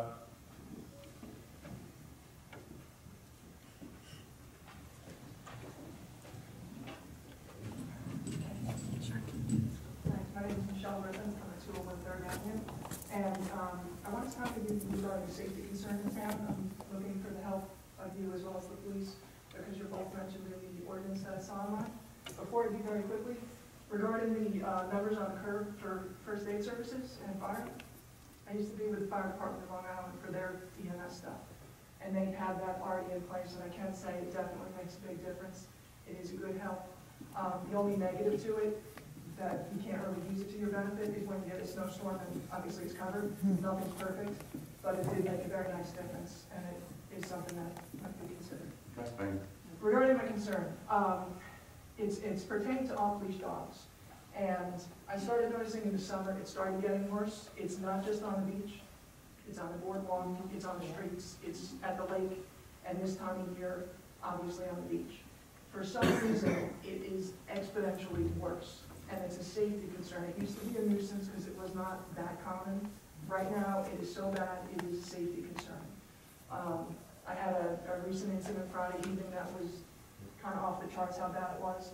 After safely got the other dog away from my dog, I called the police for help. By then, the owner with the dog that came approaching was already gone. I explained to the officer what happened, and it added some extra concerns to what's going on. The reason why is the officer stated that you can have dogs off leash throughout town, including on the beach. And I was surprised to hear that, but in fairness to the officer, he quoted verbatim something that's on the Belmar website. It's not the law, it's not the ordinance, but it does, it's under the Belmar rules, and for the beachfront, under pets, it doesn't say you have to have them on leash. So clearly the officer did his homework, and he stated verbatim what it says here. The second concern that came out of that is when I called, the person that answered, I guess there with dispatch, she stated that the officer could not issue a citation or do anything to the owner of that dog unless a person were there to file a complaint. Now, I was mad enough, I said, no problem, I'll be here, I will meet you. But we shouldn't have to wait for someone or a dog to be harmed in order to have intervention. So my plea on this, oh, and by the way, yesterday afternoon, I didn't go to the beach today with my dog. Yesterday afternoon I went, not including my dog. I saw in about an hour, maybe a little less, there were 6 dogs off leash, 0 on. One of those dogs was not even in the line of sight from the owner. The owner waited on the boardwalk, let the dog go. The dog went over the sand dune, and God knows what it was doing, and then went back to the owner and off they went. There are dozens of piles of stool up there, which really is a side note. My concern is the safety. I'm tired of dogs charging me or my dog. When I had the incident on Friday, a woman who didn't have a dog went running up to her and charging her, and she was flagging down the owner saying, get rid of your dog, get rid of your dog. He called it off, the dog did nothing, completely ignored the owner. So this is a rampant problem. Most of these dogs do not have off-leash training based on how they're acting. That's true. So what I would ask for help is, one, something that I'm hoping isn't that difficult, on the website where it says licensed dogs permitted on the beach under control of the owner. Right after that, if you can just add, while on leash at all times. This way, everyday folks looking at the website will see that. So that's one. Number two, I'm hoping to get together with the chief, and if there's a way to clarify to all the officers, unless the law's changed, that yes, they do have to be on leash throughout town, including on the beach front. I sent an email to the chief on Friday, so obviously it's a little too soon to be in touch with him yet. But after that, I pulled off some ordinances that I could find through the Belmar website. Everywhere on here talked about having to have them on leash, even on the beach, even at the lake, just anywhere in town. And it also did talk about the ability to give fines. And nowhere in here did it say that first there had to be an incident or somebody filing a complaint. My hope is to prevent damage and harm to my dog, not have a citation after the fact. So if we could please do that, and in order to get word to people, I would beg of you to please be able to find a way to just get something simple, like a piece of paper and plastic cover for the time being at every beach entrance. It's really bad. People from other towns are coming because they believe Belmar is an off-leash dog beach now. It's turning into a dog park, except they're not cleaning up after their dogs too. So if we can do those kind of things, I believe it would make a really big difference. It's a safety matter because it's so out of control. Let me just quickly see if there's, if anybody wants a copy of what I printed from the website, you're more than welcome to have it. What time of day are you down there? All time, really. I go in the morning. The incident on Friday was, it was sometime after 5 before 6. When I was there yesterday, it was around 3 o'clock when I saw half a dozen dogs off. I've had problems first thing in the morning that I tried to avoid first thing in the morning, thinking maybe that's when people go with dogs off leash, because that kind of seems to be a trend. But now it's really any time of day. I've been there after dark, not after dark, maybe around sunset, a little bit after. And again, off-leash dogs come charging. I know people who admittedly say their dog is not trained for off-leash, and they know their dog goes after people, they know their dog goes after dogs, and yet the second they get on that sand, they unhook the leash.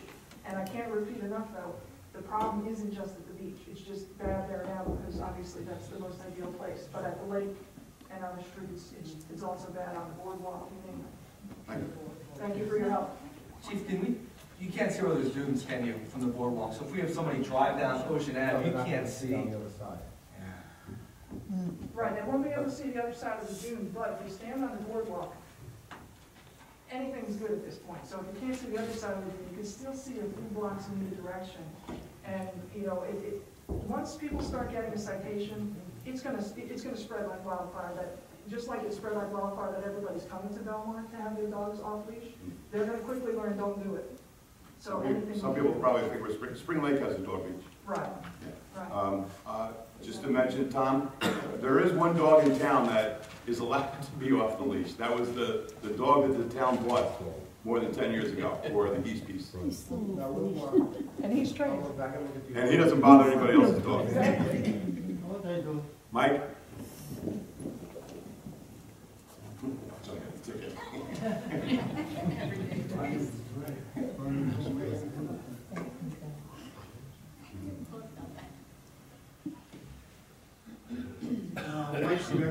and second Andy. First off, I'd like to address the question of Colleen Connolly regarding the recent contract. Are those bid tabs going to be posted to the website? Sure. Okay, because we're paying in the borough payment bills tonight, $4,000 to your target marketing for the maintenance of this website. And quite honestly, there's a lot of information that just does not get updated on a timely basis on this website. Twitter feeds get updated right away, but important stuff like a zoning board meeting recently that involved the expansion of use for the DJ's establishment wasn't posted to the website, I think, for the morning before. The full planning board, zoning board, mayor council meeting dates are on the calendar. When was that posted, if I may ask? It's been up there since the beginning of the month. On the calendar, they're on the calendar, all the meeting dates. Well, I'm talking about the meeting, what is it, the agenda and stuff? That wasn't posted until the Wednesday before the meeting. I checked. Dave Schneck, to his credit, has been asking for historical information to be posted to this website for over a year now, and none of that information's been updated. One of the problems is manpower. I mean, you're asking for a tremendous amount of work that a big city might have enough employees to do something, but we got April. We have a professional firm that we're paying a lot of money to. But I mean, you're asking April to do this and that and this and this and that. April does the best job she can, and you just don't recognize the fact that she's doing everything she can possibly can for a small 1 square mile town where we're limiting the amount of employees that we have in the clerk's office to do this work. I mean, now you want the bid bits and everything. She's on the planning board, the zoning board, she's a borough clerk. I mean, come on, give the girl a chance to do her work. Don't overfill her plate. Well, how else do people in the But we community don't want to hire find out people, this we want- information, Councilman? What's that? President of the Government? How else do people in the community find this information out? How else? We get these. Just be patient. We get much there, but you can't expect that We information get a to be up code there. red about the golf club, the mini golf being opening, and an important thing, meetings in town. There's no code reds. There's no information. There's no outgoing correspondence from this town. In fact, I think that because your target marketing happens to be the same company that does the work for DJs, the absence is conspicuous. So we can't talk about zoning. The second thing I'd like to bring up, go ahead, Councilman. No, what do we pay your target marketing for? I mean, we just paid them $4,000. Isn't that for updates? That was for hosting, some redesign, some updates, yeah. So it's not just April. I mean, we're not throwing all this work on April. We're paying an outside company for this. But they don't create agendas to be posted on the website, Right. so I think that That was would the have to become announcement. to April to do all that. I mean, the poor girl's working. I mean, I know how hard she works. Zoning board, borough clerk stuff, council meeting, she's here at all hours. I mean, it can't be a big city staff because we're not a big city. And we get this work on there. Be patient. Just because you turn around tomorrow and expect to be on the webpage, I think your expectations are too high. But the day of I'm not saying it was anything wrong. I'm just saying, I didn't look. Was the agenda was up that morning, correct? I thought it was Wednesday morning, Councilman. So was it 2 days before? 2 days before. Okay. That's fine. That's plenty of time, don't you think? Yeah, I got it. Great. Okay. The other thing is, in terms of the contract you alluded to, Council President McGovern, that contractor engaged this town, and there was a change in the scope of work. That contract actually sued the town and won. And the scope of work was changed so that what you considered was an incomplete job was not an incomplete job. The town actually changed the scope of work after the contractor had actually won against the town in court. And the other thing is regarding what Dave Schneck brought up about the change to the bidding ordinance that specifies the need for membership in a apprenticeship program. I'd like to know from this council if this council, any of these council members or a council committee that supported them in their election attempts has ever received contributions from We're not going to this. get into that now. No. Well, wouldn't that be an important, understanding for the public to know, who's being represented up here?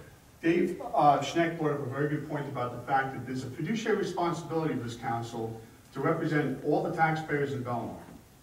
Not to represent people who may kick into their campaigns, not to represent people who may do work for, you know, a local bar or something that gets to do the website. It's just not happening. You're just too cynical here. I mean, it's a legitimate question. Retired airline pilot.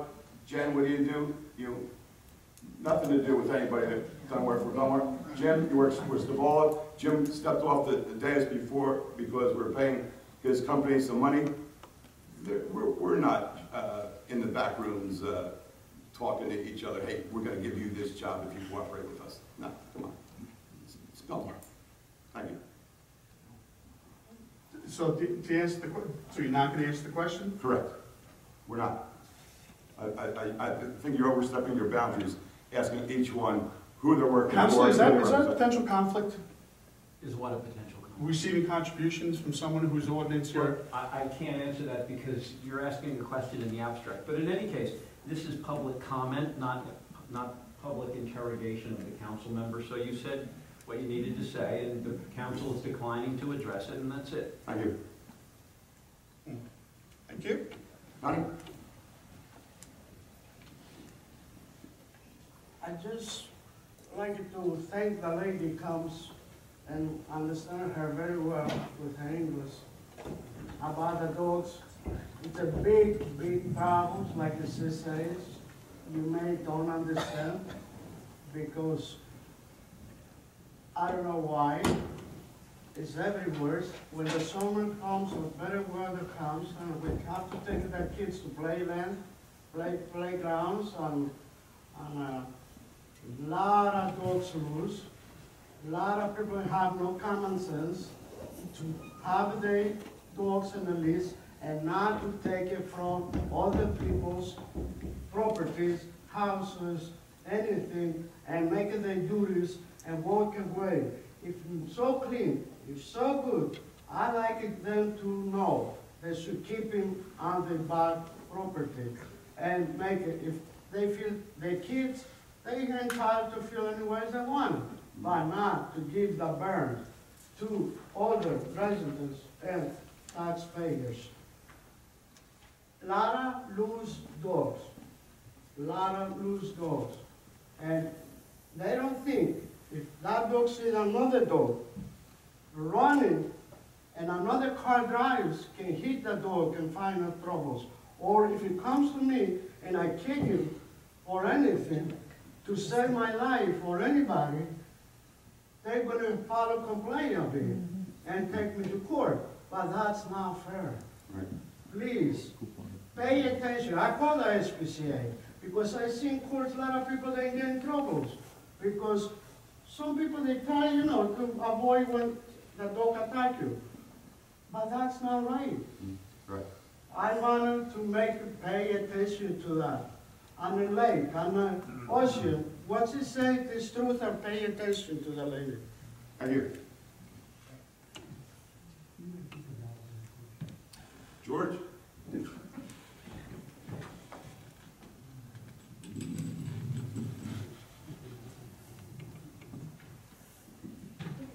George Crumcross, 111 3rd Avenue. Real quick, it's funny that today was our ethics day. We have, I work for DPW, and today was our day for ethics. And we're constantly reminded that we work for you people, and we're constantly reminded not to take anything. And Kelly, I've known since a little kid. I'm positive everything's going to straighten out. I'm positive all the facts will come out, and that there is nothing underhanded. I really believe that there's no way Kelly would do anything. There's probably just some kind of mix-up that will all straighten out. And the other thing about the apprenticeships, I was like that I owned my own business for 20 years, so I made good money when I was younger. I was always able to afford my house, was able to do this. So I understand the point of being my own business person, how hard it was, working 7 days a week, worrying about everything. And then I had a job before I was lucky enough to get hired by the town where I wasn't making enough money, where I couldn't even support my family, where I worked 2 full-time jobs. I mean, I was lucky the town hired me. They started me at $7 an hour. I worked my way up at the school and have insurance. I should have said where I was. But I didn't have insurance. My paycheck every 2 weeks was like $373. And we are constantly reminded how lucky we are to be here. Every morning we're told, and I know because I wish I could go back and have been a career fireman or something, because that's my true law. But again, Kelly, I'm positive. Everything's going to work out. And about the apprenticeship, I have 2 kids, and all I think about is what are they going to do?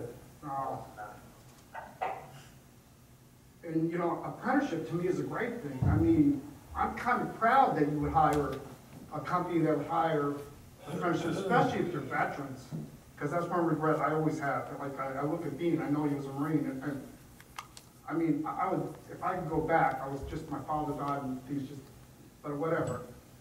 I think it's a great thing that the town hires a company that hires apprentices, especially if they're military people. Maybe I'm wrong, but that's just how I feel. And I just want to tell you that the DPW guys do everything for this town, and that's Thank you.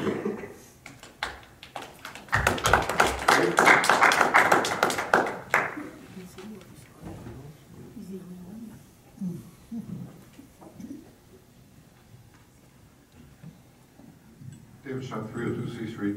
First, I want to defend April here because a lot of the archives have been restored, and I have noticed that. And when I was doing all that complaining, there were no archives, and I see now you brought it up to 2010.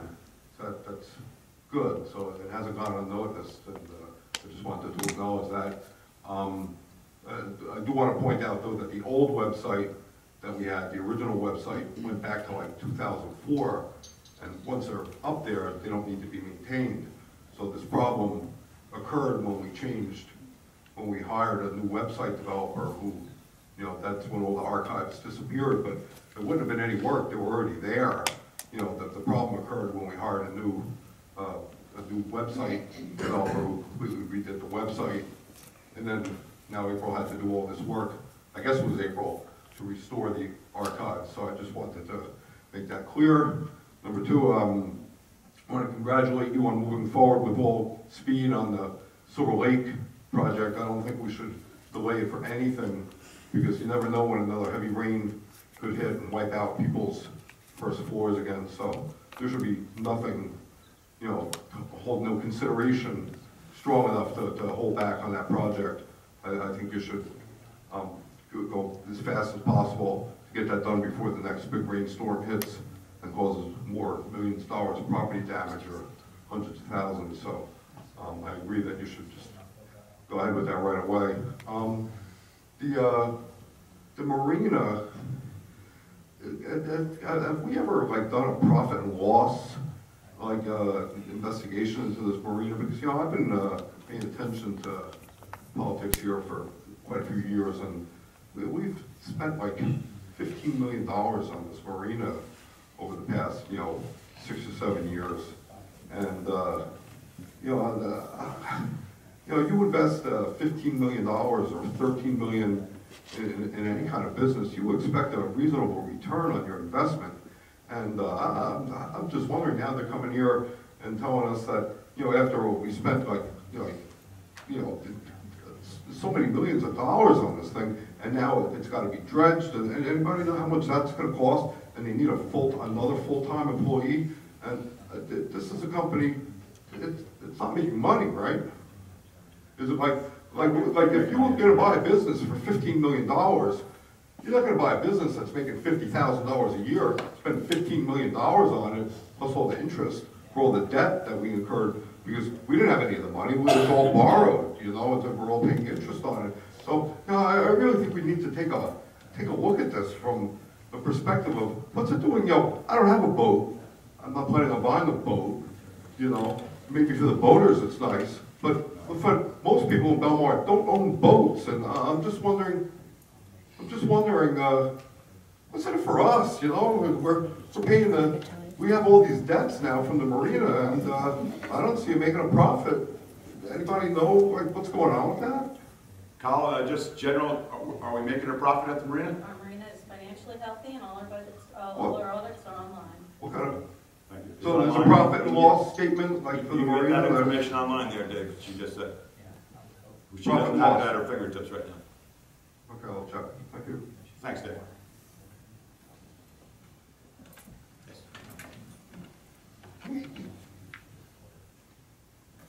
Maria Florio, 115 12th Avenue. That's all right, I got it now. We hear so many good things about Belmar and whatnot, and I agree, but there's one thing I have to complain about. We had a big drug bust about 2 weeks ago, 3 weeks ago. Haven't seen a thing about it in the papers. Why don't we hear any of this kind of stuff? I would Sheriff's believe come that's in at gunpoint. I was there, not witnessing it, but I was watching it from across the street. I'm sure that's a police matter, and I can't answer that here. Okay, well, I don't know who to ask then. I gotta call the police and say, why did they, how come there's no, Drew, you want it? I can confirm there was an arrest down there. We can't comment on it. The investigation is still going on. We don't put all arrests on the paper for obvious reasons. One arrest well, may lead to even just to another let arrest. us know that there's drugs going on in our town. One arrest may lead to another arrest. So we can compromise the investigation if we put all this in the paper. That's probably it. They had the experience of, they get, I guess, I watch a lot of television, they catch one person, it leads to someone bigger, and then someone bigger, so I think that's why they can't report everything that they're doing, and I don't think we want to know everything that's going on. I do, because, I have that illustrious hotel across the street, and then to hear this, I'm in the war zone. I don't like being called the war zone, but this is where I'm at. Yeah. And does the prestigious North End know what's going on down that end? Is that a question that I should be The asked? prestigious part is getting a little I'm sure there's things that happen at the prestigious North End that the police do not let us know about either, so. Well, anyway, and there was a gentleman that was hit by a car on Main Street. Does anyone know what the outcome of that was? Car accident? The last time I spoke to the hospital, a couple days after the event, he was stable.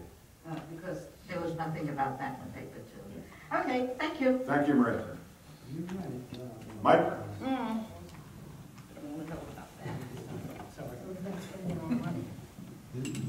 Should be.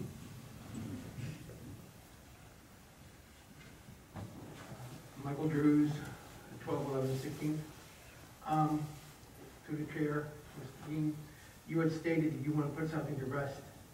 As a member of the public, I now expect a report from you. It's not to rest. Let me finish. No, of the outcome of this investigation. Well, absolutely. That you initiated. Absolutely. The types of facts that you just brought up should not have been brought up in public. Those are the type of facts you take either to the county prosecutor, or you take it to chief of detectives, or something like that, so that an investigation is done. You don't air it out now. And as Ray Donovan once said, after everything was done and he was found not guilty, who gets him back into your life? And who's going to take back anybody who wants to believe what you say is gospel? I have a lot of respect for anybody who runs for office. That being said, some people, your followers, people believe whatever you say. Just like the chairman of the council today, some things he says they take as gospel, or his class takes as gospel. You make an allegation, I will expect that you make a report of the outcome. May I respond? Yes, of course. What was my allegation, for the record? In my opinion, as a member of the public? No, Sure. Yeah. Sure. Okay. You asked the young lady who carried over the dollar amount, $17,000. and you said you had papers. Gentlemen, can I stop? This is, I think we're getting in the area where we're still in public, believe it or not. And I think it'll be handled correctly. I just don't want to be put at rest. It's going to be handled, let's say, by the proper officials. If everybody's going to say, oh, I shouldn't have done this way, at least let me defend myself of why I did do it this way.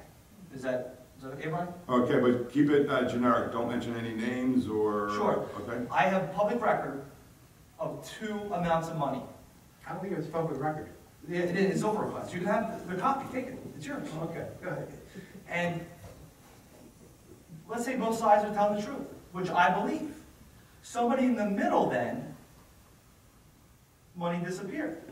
So, you know, I want to get it on the record so that if there was something that went wrong, you don't give them forewarning so that they can concoct a story to make sure it all works out. You did it right. So you know what? You ask questions? You did it right. Okay, all right. Fine, one other point I wanted to make, that they were talking about seeing over the berm. If we had the two-story building, we could see over the berm. Just like Spring Lake Stupid Pavilion. Okay, is there anybody else? No. Sir, haven't heard from you yet? Hopefully I'll lighten things up a little bit. Good. My name's Anthony DePasquale. I live at 215 10th Avenue. I'm here on behalf of the National Dance Suite. We're a nonprofit organization that does a lot of fundraising and exciting things. And a special committee was put together to do something for the Jersey Shore. Belmar was selected. I just wanted to see if I could distribute these to the council to see if anyone, if there's any interest. And you can get back to us. If not, we'll choose another location. I have a lot of details here. And I'm just hoping I can hand it to you. Very good. Thank you. That's my contact information and everything. Thank you so much. I'm gonna sign Matt up for this too. Okay, let's, okay, we're wrapping up. Okay, we already heard from Mike. We'll go right here, and then Mike, you'll wrap up the meeting, okay? Is this what they mentioned on Zoe, the Indian dance? No, they actually took the day. They make a day because they kind of stole it. They do, okay. Just checking, thank you. For a week. Sandy Caputo, 1705 Surf. I would like to thank you. I didn't catch your name. You, yes. Oh, Andy DePasquale. No. For bringing up the dog problem in Belmar. It's out of control. The dogs are, any day, drive down Ocean Avenue, they're all over the beach. You can't possibly walk on the beach. I don't take my nephews to play in the parks anymore. And poop is on the boardwalk every day. Every day. And you can't walk anywhere. Okay, I guess that's an enforcement problem. So I'll I have to would talk to, yes. Thank you for bringing it up. Right. Hey, Brian, we saw people manning the bathrooms. Are they still open down there? There's no bathroom. No, not now.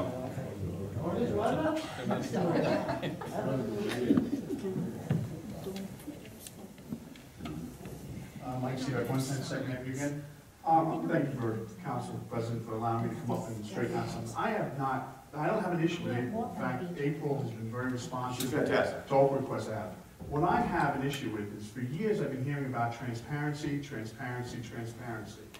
And I believe that this body elect and this municipal employees has an obligation to the taxpayers of this town to have as much information as readily available as possible. And I personally believe that the website is the best vehicle for that. It's very low cost, it's very simple to update and maintain, and quite honestly, you know, I even cleanly talked to Kevin O'Donnell one day about having kids come in and learn by scanning in documents and stuff like that in terms of a little extra help. So let me say, for the record, I am completely satisfied with April and the relationship I have with April in requesting and receiving information. Okay. She's not to blame for any failings that I see. If Dave Schneck is telling me that information's updated all the way to 2010, well, actually that's news to me tonight, and I appreciate hearing that. But that's not here nor there. I still believe, I actually insist that going forward, in the spirit of transparency, everything should be put up on the website in a timely basis. As much as we possibly can. It may not be as much as you would want, and it's probably more than some people care about, but we're trying to get certainly a happy medium for what we can do. But I agree. Get as much up there as we possibly can on the website. Some people that spend hours a day on the on the computer reading websites, I might go to my computer 2 or 3 times a week, you know? Well, so I'm one of those other people that wanted, I don't think I've ever gone to Belmar.com. Okay, and I can appreciate that, that's how you prefer to handle things, but I don't speak for just myself, I speak for many people when, for instance, contractors awarded for 8th Avenue, perfect example. I went to the first meeting, the original price was 1.1, and then there was talking about multiple pipes, it went to 1.8. Honestly, I don't know what the number was, and I'd like to know. Right. First off, it's gonna run right by my house, and I, as a taxpayer, would like to know not only that, but a lot of other financial information about this time. It's the only way for us to measure how you folks are doing running the town. The meeting is when for the 8th Avenue, 8th Street? Oh, 8th Street? Yeah. Yes, the meeting is set for mid-February. I don't have the date here, but it'll be online. I guess, right then, you'll get all that information. We'll probably have Paul Calabrese here, the engineer. Well, first, I'd love to have the information before, so I can walk in there having done some due diligence. Thank you very much, everyone, for Thank you, your Mike. consideration. All right, folks? Mike Campbell. Brian, just real quick on the dog with the fecal matter on the boardwalk. I know the mayor himself walks the boardwalk every day. He has called us several times. If there's anything up there, we do try and clean it. So I will invite the public, if they see something, we want a clean boardwalk, I actually will send people up there to try and clean the area. Yeah, but it's not. I know it's not my thing, but I'm telling you, we do care about it, we want to take care of it. So If you have a dog, that's your responsibility. I get it, but we will clean up if they don't. Yeah. But it's also on the beach, in the sand. It's all over. No. Thank you, folks. I do the boards every day.